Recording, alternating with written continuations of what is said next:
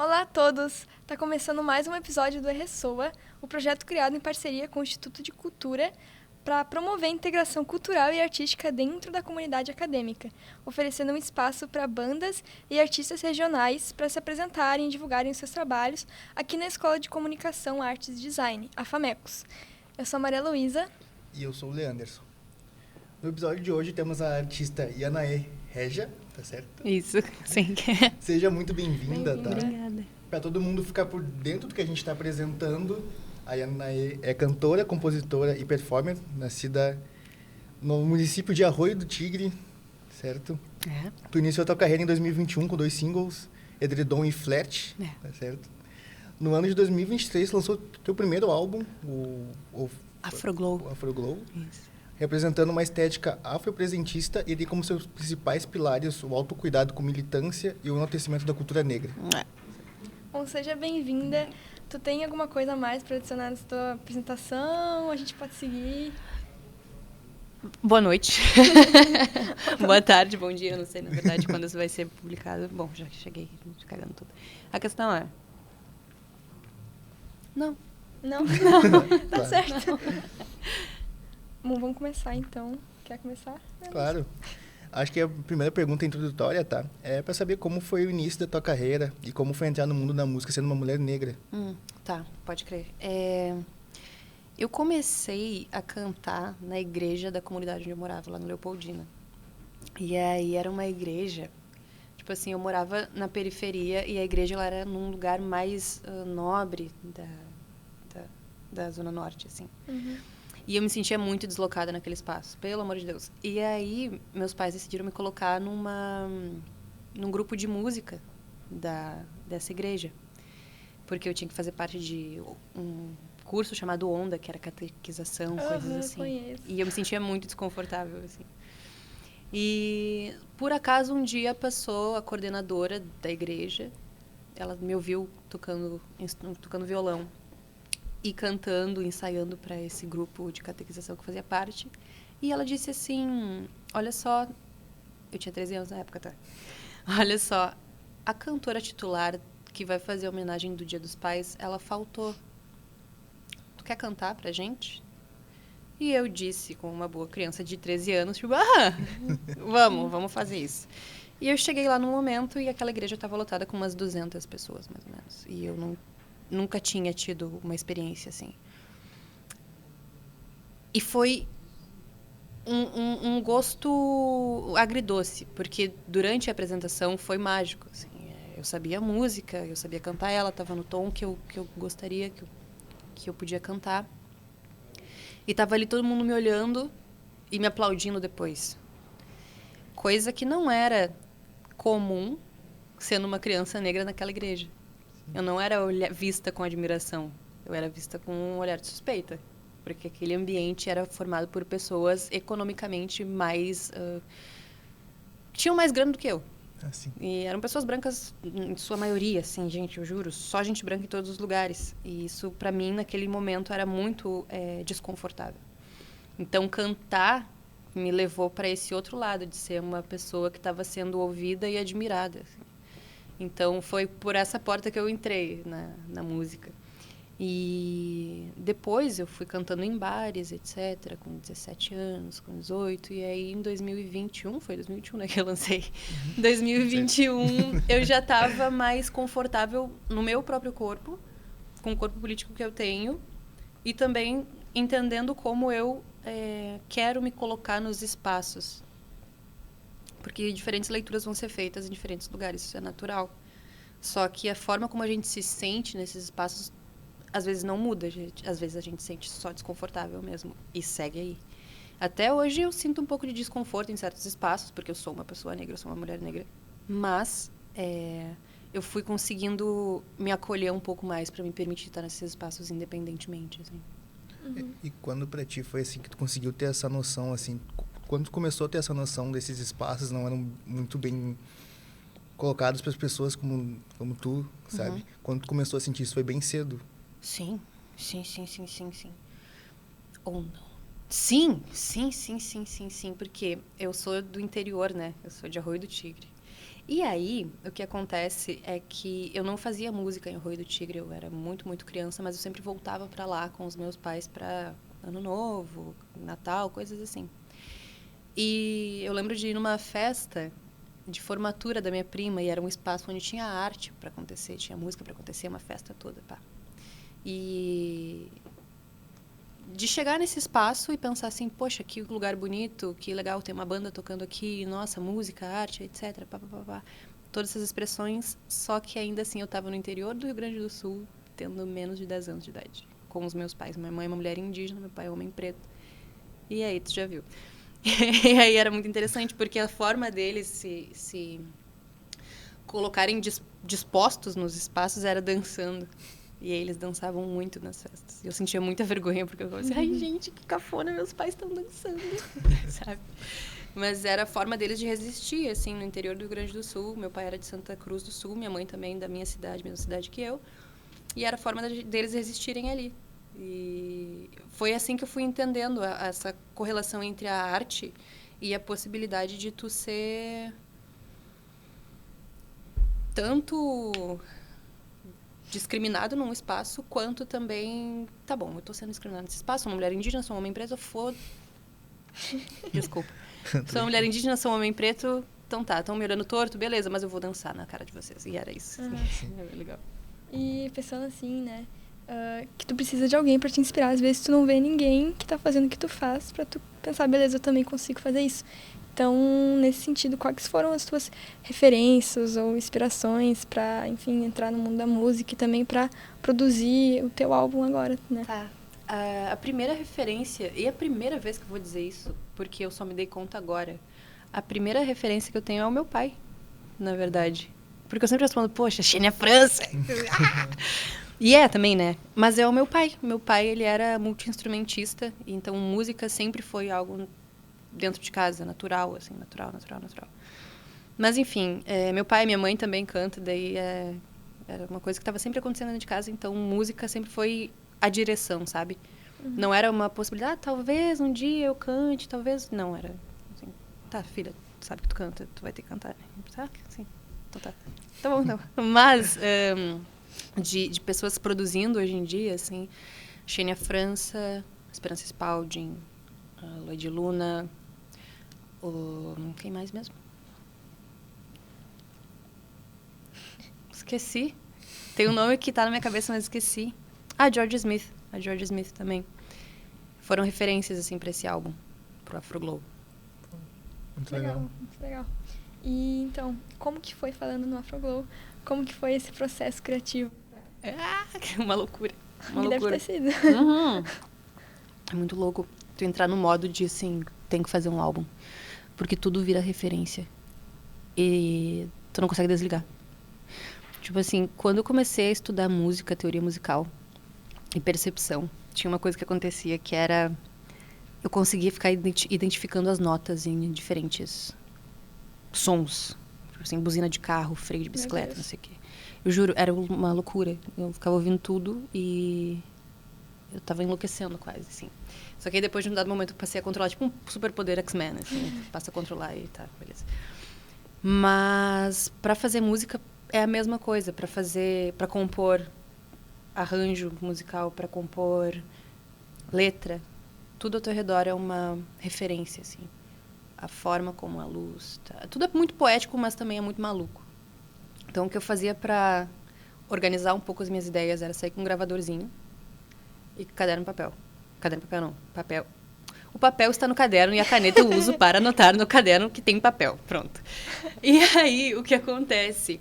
Muitas vezes eu gravava coisas que eu ouvia na rua, tipo um diálogo, duas pessoas, assim. E para depois escutar e transformar aquilo em texto. Ou conversando com amigos, falavam alguma coisa. Tem uma frase de uma música minha que é da Lina e Oceano. É o nome da música, o nome da música é Lina e Oceano, e a letra diz uma parte assim: no mar chove em dobro, minha mãe me disse, é água que desce, é água que sobe. Só que isso não é meu, isso é de um amigo meu, Bruno, surfista, e ele falando assim, o surf é muito louco, é muito legal. E aí quando chove pra cima e pra baixo. E eu, meu Deus, e ele falou isso, assim, falou, no mar chove em dobro. água que desce, água que sobe. Eu pensei, meu Deus, amigo, tu é um gênio. E aí é pegar essas referências ao teu redor e estar sempre atento para captar elas e transformá-las em alguma coisa mais sucinta, assim. E como foi o processo para ti da escolha do teu gênero musical? Foi muito de escutar. O que eu já, foi muito do meu repertório como ouvinte musical mesmo, assim. Então, eu escuto muito R&B, eu escutava muito mais antes, assim, muito só, assim, só. Daí hoje em dia, tipo assim, rock argentino da tarde, tá ligado? Hoje em dia é outras coisas. Mas era escutando muito R&B e brincando com o pedal de looping vocal. Era assim. Teve uma música que a gente tocou antes, que é a Flerte, e agora ela tem todo um arranjo, tem batera, tem guitarra, tem baixo, não sei o que. Antes era tudo a minha voz, fazendo camadas e camadas e loucuradinhas no meio, tentando chegar a algum lugar. Assim. Isso que é muito maravilhoso da música, né? Que é som, tudo é som, tudo faz som. Então tu pode transformar depois e seguir transformando. Foi muito subjetiva, talvez, agora, né? Bom. Mas é meio subjetivo, né? Né? O processo criativo é muito subjetivo de cada um. E pra ti, sendo uma mulher negra, assim, a gente sabe da dificuldade de falta de oportunidades que pessoas negras têm até hoje no Brasil, enquanto isso é debatido. Mas pra ti, tu acha que, estando no Rio Grande do Sul, que é um estado muito julgado por essa questão do racismo, por acreditarem que realmente aqui é mais forte, tu acha que isso gera mais dificuldade ainda? Eu acho que sempre gera dificuldade, assim. Eu acho que o Rio Grande do Sul é, de fato, um estado bem complicado, né? E existem, sim, dificuldades. Mas, sinceramente, eu tento, não sei se é uma forma de autoproteção, assim. Só me esquivar, às vezes. Só me esquivar, me preservar, sabe? Embora eu saiba que, por exemplo, rola tal festival, e no festival tal colocam uma banda de 5 cara branco para tocar no palco principal e eu para tocar no... Eu vejo, eu respiro, eu penso, tudo bem, é assim, eu não vou mudar o mundo hoje, agora o que eu posso fazer é me proteger e mudar o mundo amanhã. Vou respirar um pouquinho. Então, sim, acontecem esses momentos, assim, de lidar com uma certa hipocrisia, porque a gente está numa bolha que falam muito, né, sobre questões raciais e etc. Como se fosse, de fato, levado muito a sério e à risca dentro de instituições ou dentro de lugares muito burocráticos, coisas que não é assim que acontece, né? Então, sim, eu lido com essas dificuldades, mas tento ao máximo me preservar, assim. Muito já caí na briga. Não vale a pena.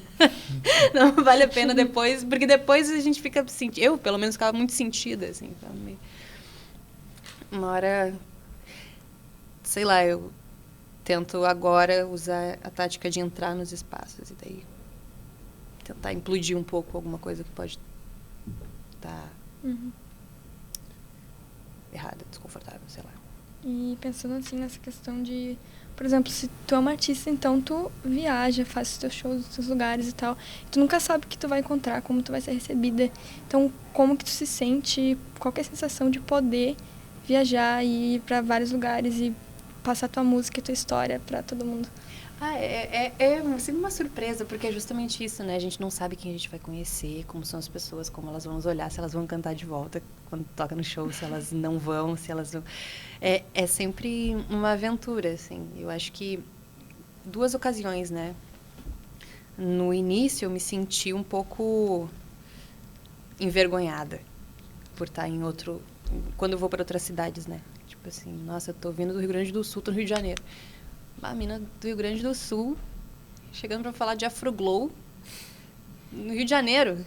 E aí os caras me olham assim, mas tu é branca? Eu penso, não, calma, eu não sou branca. E aí entra na questão do colorismo já. Entra na questão do colorismo, eu fico assim, poxa, não sei. Tá, mas eu me senti envergonhada. Porque, por causa disso, assim, por ser uma pessoa com uma pele mais clara em diferentes estados, eu sou lida de formas diferentes, tá tudo bem.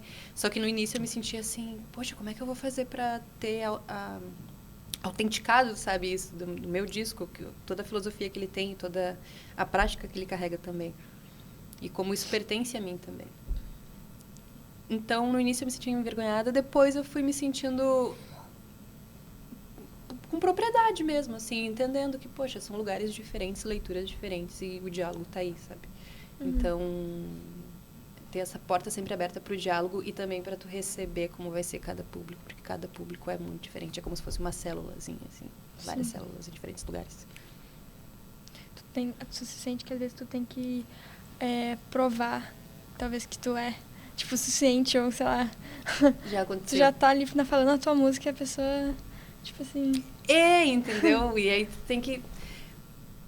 Duas posições que tu pode... Duas opções de posicionamento que tu pode tomar. É um ser muito ignorante e ficar bravo demais e não querer conversar sobre isso com as pessoas, ou apresentar uma visão diferente, uma perspectiva diferente da que ela pode ter, sabe? Em relação à leitura que ela faz do teu corpo político, que é muito louco. Mas, visto que já lançou alguns singles e um álbum, pra ti, qual foi a maior realização assim, da tua carreira até o momento? eu acho que foi ser convidada para fazer um pocket show em Belém do Pará, convidada pelo Ministério da Cultura. Muito maneiro mesmo. Foi isso, o MIC BR de 2023, que era uma feira de negócios, e aí vários players da música, assim, da indústria musical, estavam lá, e a gente chegava e ficava 5 minutos conversando com cada pessoa, e tinha também esse showcase. E aí foi isso, eu tinha recém lançado o álbum, fui pro Rio de Janeiro, fui pra São Paulo, voltei. E aí eu não queria saber de mais nada, porque foi 1 ano e pouco trabalhando no álbum direto. E eu peguei o meu notebook, fechei ele, depois que eu voltei do Rio de Janeiro, fechei meu notebook, guardei e falei assim pra produção, galera, acabou, não vou fazer mais nada, acabou. E não fiz mais nada. E aí, de repente, me veio uma mensagem do meu produtor falando, olha só, a gente recebeu agora uma proposta do Ministério da Cultura para tu se apresentar no MIC BR 2023, representando o lado sul do país. E eu pensei, porra. Incrível mesmo. Pô, foi assim, tá, tudo pago, sabe? Fui de avião, uma viagem assim de 8 horas, cansada pra caramba, mas muito bom. Ai, aí hotel, quente pra caraca. Quente pra caramba. Mas, cara, eu tomei um suco de acerola muito bom.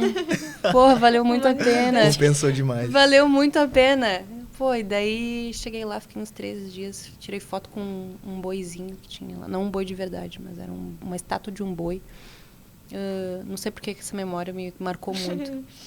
Mas foi esse momento, assim, até hoje eu penso. E aí, quando minha mãe, ela vai falar para as pessoas, por exemplo, assim, a minha mãe, ela trabalha como cuidadora de uma senhora, e daí por acaso, o filho dessa senhora é pai do guri que tocou bateria pra mim nesse evento.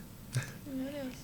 E aí, ele perguntou assim, a Ana e o fulaninho de tal foram tocar lá em Belém, quem foi que chamou? E a mãe falou, o Ministério da Cultura. Ele assim, não pode ter sido.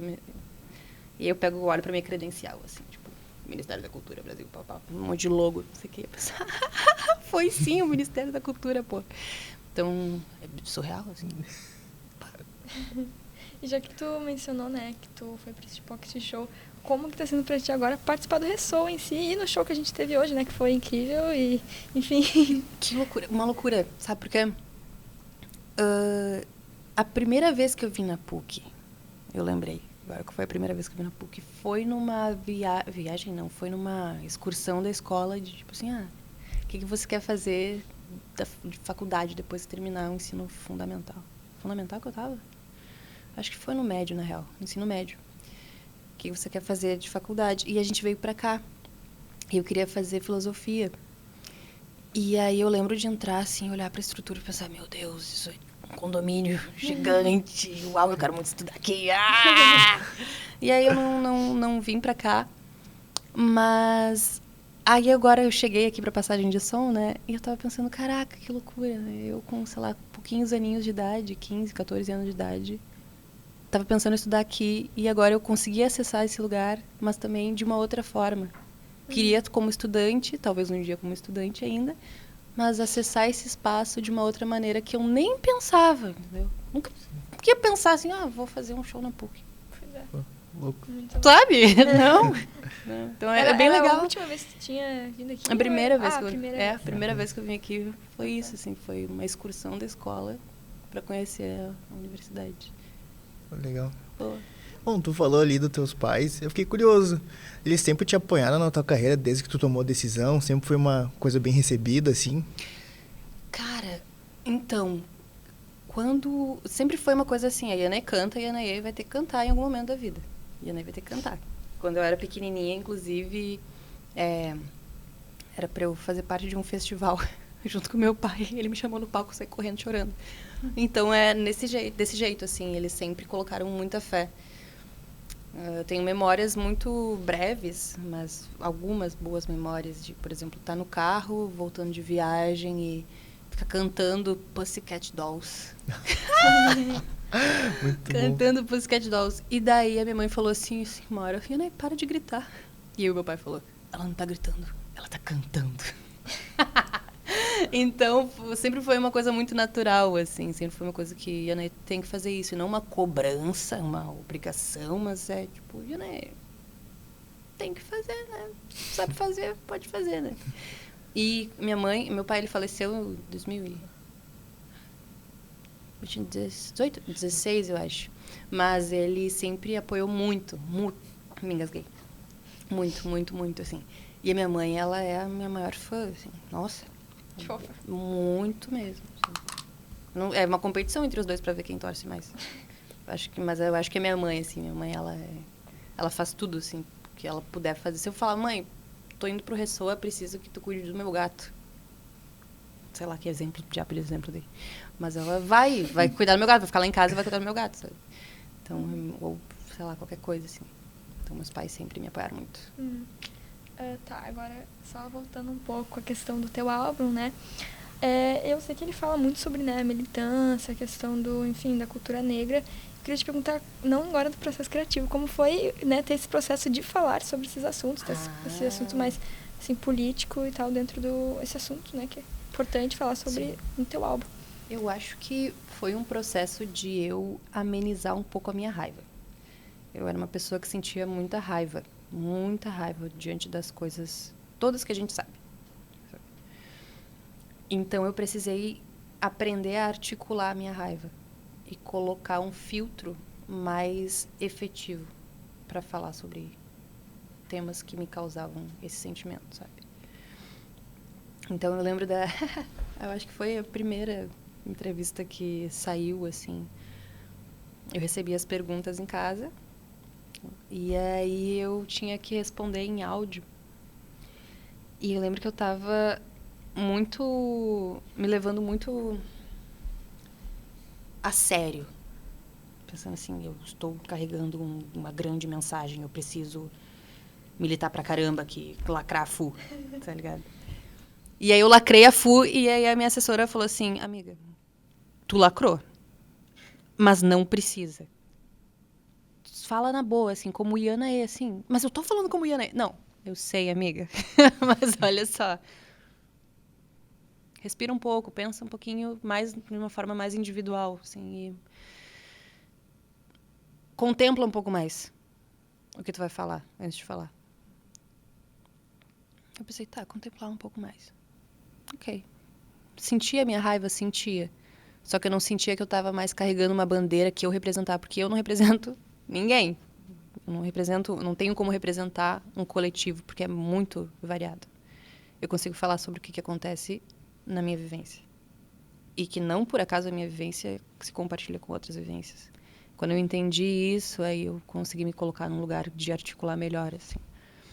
Porque se tu for ouvir o Afroglow, ele não tem nada que eu fale, por exemplo... Não, mentira, tem música assim que eu falo, tipo, sou uma mulher negra. Sou uma preta demais. Eu sou uma preta demais. É isso que eu falo, fazendo referência a Tássia Reis, assim. Que ela tem uma música chamada Preta Demais, que é maravilhosa. E esse é o único momento em que eu me coloco dessa forma ali, tipo, na cara, assim. No espelho vejo que sou uma preta demais. É o único momento do álbum. De resto, são coisas muito subjetivas. São coisas muito subjetivas. Mas, por exemplo, Colore, que muitas pessoas elas têm dificuldade de falar o nome da música. Tipo, a Colore. Olha, Colore. A Colore. E é sobre isso, colorismo, questão de identidade, etc. O álbum todo permeia isso, né? Questão de Tu identidade. escreve todas as tuas músicas, porque um momento do show tu tinha falado, né, que o teu Sim. colega ali, que eu não lembro o nome agora. O Luca, o guitarrista, ele compôs a primeira faixa do álbum. É muito louco, né? Porque o Luca é um homem branco. E aí... eu falei isso pra ele, tu é um homem branco e tu vai abrir o meu álbum, né? Pô, tu tá de brincadeira. Mas por que eu escolhi essa música, né? Porque ela se trata de uma relação... Tá, lá vou eu. Ó, o álbum. ele vai desse caminho do nascimento e do renascimento, porque eu não queria falar de um momento de morte e renascimento. Quando se fala de pessoas pretas, eu não queria falar sobre morte, eu queria falar sobre renascimento. E aí, a primeira coisa que se faz quando a gente nasce é cortar o cordão umbilical. O nome dessa música se chama Umbigo. E aí é sobre esse nascimento e a relação com o mundo, a forma como tu me escuta e eu te escuto e etc. E eu pensei assim, poxa, então tá, vou abrir mão do meu orgulho, vou colocar uma música que eu não escrevi. É essa, assim. É essa. Umbigo. E é muito louco, né, realmente, essa coisa de separar a arte do artista, parece. Como essa música dele, mesmo no meu contexto, ela se encaixa. Sim. Porque ao mesmo tempo também é uma coisa universal. Sei lá. Pois é, eu acho que meio que todo mundo consegue se identificar, né, com essa música em específico também. Eu esqueci a pergunta de... Não, só era uma dúvida genuína de que tu tinha falado das músicas aí. Eu lembrei sim, não, que... de resto eu que componho. Sim. Você tinha perguntado, né? Eu não, de resto, todas as outras músicas eu componho, assim. Eu compus elas. Eu sou muito orgulhosa de duas delas, que uma é a Lina e o Oceano, que eu só sentei, botei um vídeo no YouTube, uma baladinha pra tocar. Tá, tá, tá, tá, tá, tá, tá. Só isso. E aí eu comecei a cantar em cima. E aí foi aquele momento, assim, catártico do artista. Meu Deus! Foi uma canetada só. Começar a improvisar e pensar, pá, e aí começar a escrever. Uma canetada forte, assim. E a outra é This, que é uma... This, vocês estão ligados o que é uma This? Uma desse? É. Tipo Não. Kendrick Lamar versus Sim, daquele cara lá que não vale tá. nada. Tá mesmo. Tipo Not Like Us. Exatamente, tipo Not Like Us. Tu faz uma música pra ofender alguém. Assim. Assim. E aí eu fiz uma pra Legal. ofender a minha ex-chefe. Meu Foi Deus. muito bom. Uma despechefe forte. E qual é o teu objetivo como cantor nos próximos anos, assim? Ai. Quantos anos? Porque tem planos de Pensando, anos. Assim. sei lá, nos próximos 5 anos. 5 anos é uma boa. Eu espero já estar fazendo uma tour internacional aí. Ó. Olha. Pessoal, Latinoamérica, sabe? Eu estaria bem aí, já estaria bem. Se daqui 5 anos eu estiver fazendo show em Buenos Aires, coisa assim, junto com Catriel e Paco Amoroso. Um beijo, Catriel e Paco Amoroso, caso vocês sejam meus amigos no futuro e a gente esteja vendo isso juntos. Isso. A gente vai ter que ir encerrando por aqui, né? Que a gente tá ficando sem tempo. Opa. Então a gente chega no fim desse episódio, né? Eu te agradeço muito pela tua presença aqui hoje. Muito obrigada. Esse foi o último Ressoa, mas desse semestre só. No próximo a gente vai trazer também outros artistas incríveis para aqui para conversar com a gente. Obrigada pela audiência. E uma boa noite, né? Se inscreva no canal do YouTube do Jota para os próximos episódios e demais projetos. Também segue a gente no Instagram, no @labj_famecos. Boa semana para todo mundo, para ti também. E valeu. Muito obrigada. Tchau, pessoal. Até mais.